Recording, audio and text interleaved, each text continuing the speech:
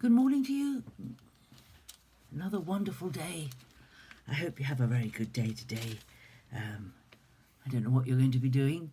It's another Monday, the beginning of another week, beginning of a little bit more of tight restrictions as a result of this COVID thing going on, and we must be praying constantly for the end of this to come and for things to get sorted out, and pray for our government and the government of the countries of the world, especially those countries where the things are much worse than they are here.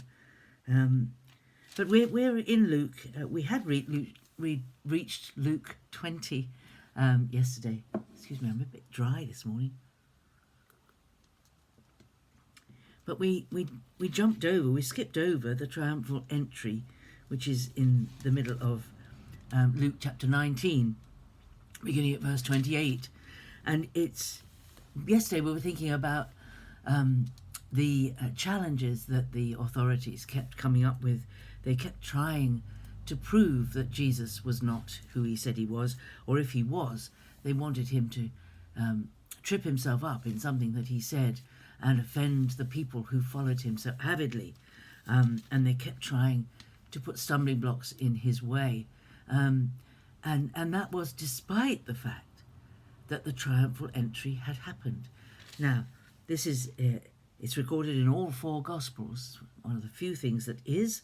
Not everything is recorded in the four Gospels, but this was a turning point for the ministry of Jesus. And it marks the beginning of the events recorded in each of the Gospels for the last week of the life of Jesus. We have more written about the last week of Jesus' life than almost anything else, except the birth narratives. Everything else, when you think it was 3.5 years, it doesn't seem like that when you read it. It seems like quite a short period of time, but it was about 3.5 years. So there's a lot that is not recorded of what Jesus did, of the things he did. But the triumphal entry, there is no doubt that Jesus very deliberately planned this entry into Jerusalem. He was actually declaring in no uncertain words who he was. He was fulfilling directly a very well-known verse from Zechariah chapter 9, verse 9. Some of these great verses are quite easy to remember. Zephaniah 9:9 is this amazing verse. Let me read it to you. It says, "Rejoice greatly, O daughter of Zion. Shout aloud, O daughter of Jerusalem. Lo, your king comes to you. Triumphant and victorious is he, humble and riding on an ass, on a colt, the foal of an ass." Now, the next verse goes on to talk about his dominion. But there is, you could almost think that verse was written after the triumphal entry, because it explains why one of the gospel writers includes the fact that the animal that Jesus rode on was an untrained and unbroken colt, the young ass of its mother. And some people say, well, why was that included? Well, it's because in Zephaniah it's quite clear that Jesus knew his Old Testament very well, and he deliberately fulfilled this verse. Now, this verse is an amazing verse because it's about a lot of noise, a lot of rejoicing, and we know what the Palm Sunday events looked like.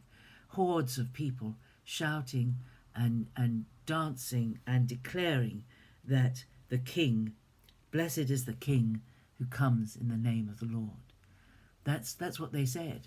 They recognized that this King, it says in Zephaniah 9:9, "Lo, your King comes to you. Triumphant and victorious is he, humble and riding on an ass." They're very contrasting phrases. Here is the King. The King in those days, if he was coming in triumph into the city that he had conquered, or home to his capital city, he would ride on a white horse. He would ride on a magnificent animal, arrayed in glory and triumphant over all the things the enemy that he defeated, and in his train, in the company that followed him, would be all those that he had captured in his travels when he came home. This was the picture of the triumphant and victorious king. And yet the next phrase is humble and riding on an ass or a donkey. And that's exactly what Jesus did. He came in humbly riding a donkey, an ass. A donkey was not a war animal. A donkey was a beast of burden, was an animal that carried what human beings could not carry because they were not strong enough. But the symbolism of the donkey is amazing, that here is Jesus, the one who will carry the burden of our sin and the sin of the whole world, past, present and future. He would carry it all on his back on the cross. And here he is riding an animal designed and used to carry things that men and women couldn't carry. A beast of burden, a humble beast, a very servile beast, a beast that actually couldn't and wouldn't ever have been used in a battle. So Jesus is declaring the two amazing sides of his great and wonderful kingship, his triumph over evil and sin and the world, and his right as king, coupled with his humility and his willingness to serve, to spend his life serving. So here he is coming into Jerusalem as king on a donkey.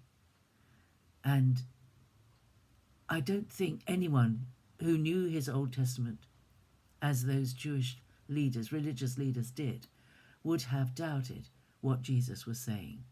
He was making it quite clear who he was. And yet, in that week, they come to him and say, by whose authority are you doing these things? And I think one of the reasons that the crowd turned on Jesus is that he did not immediately set up his kingdom and free Israel from the rule of the Romans. I think because he did not immediately do what everyone expected him to do, and that was declare himself as king and take over rulership and throw out the enemy. People at the end of a week were ready to turn upon him. But here he is declaring himself and declaring that if the people were quiet, the very stones would cry out. The whole of creation knows who Jesus is more than we do, more than mankind does. The whole of creation, even those bits of creation that have no life in them, know who Jesus is. And they are waiting for him to declare the day has come for his kingship to be open and to be worldwide, universe-wide. That day will come. It hasn't come yet. But we are now thinking, in our thoughts every day, we'll be thinking about the final week in the life, the earthly life of our Lord Jesus, and glorying in what he has done for us. So have a great day today, and I'll see you tomorrow. Bye-bye.